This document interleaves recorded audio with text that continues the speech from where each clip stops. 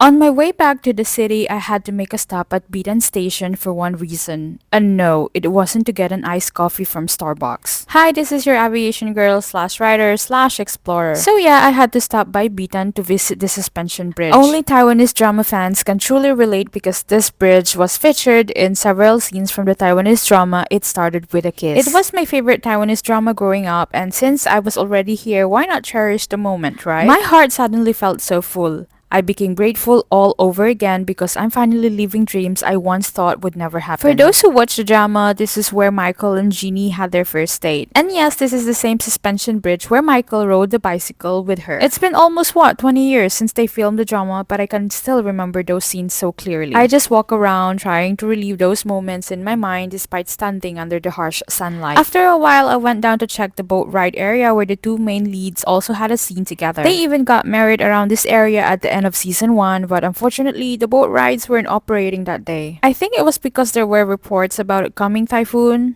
I know it looked too sunny, but that was the weather forecast the previous day. Honestly, I understand the mood swings of the weather because it happens a lot in the Philippines too. Still, it was such a great experience. Sometimes I wish someone was with me so I could share the overwhelming emotions I feel during moments like this. Eventually, I headed back because I was already dead tired. But since it was going to be my last night in Taiwan, after changing my outfit, I decided to head out again to buy more pasalubong and walk around the Ximending area. I was honestly overwhelmed by all the food choices. Like everything looked so good and everything was so affordable that I couldn't even decide what I wanted to eat. In the end, I got the trending hot dog and sugarcane drink, mostly because I admired the container. I just kept walking around. At one point, I was about to buy some beautifully displayed fruits from a street vendor, but right as I was about to pay, the vendor suddenly pushed the cart and ran away. And it wasn't just a fruit vendor. Most of the street vendors nearby started running too. Turns out there was a police car driving around chasing the street vendors away. I was honestly a bit shocked. Not sure if it's because I was surprised or the vendors didn't seem angry or disturbed by the police. They were just clearly scared enough to immediately run. After some time, few of them came back, but I couldn't find the fruit vendor anymore, so I just decided to head home because I was extremely tired. Honestly, it's not easy trying to squeeze everything into a short trip. Even though I stayed in Taiwan for 5 days, it still didn't feel enough. There are still so many places I want to explore, but I had to go back to Dubai because I still needed a day to rest before going back to work. I always do that. I make sure to leave one full rest day after traveling before resuming my duties. Blame it on my age. I'm definitely not as vigorous and energetic as I was in my 20s anymore.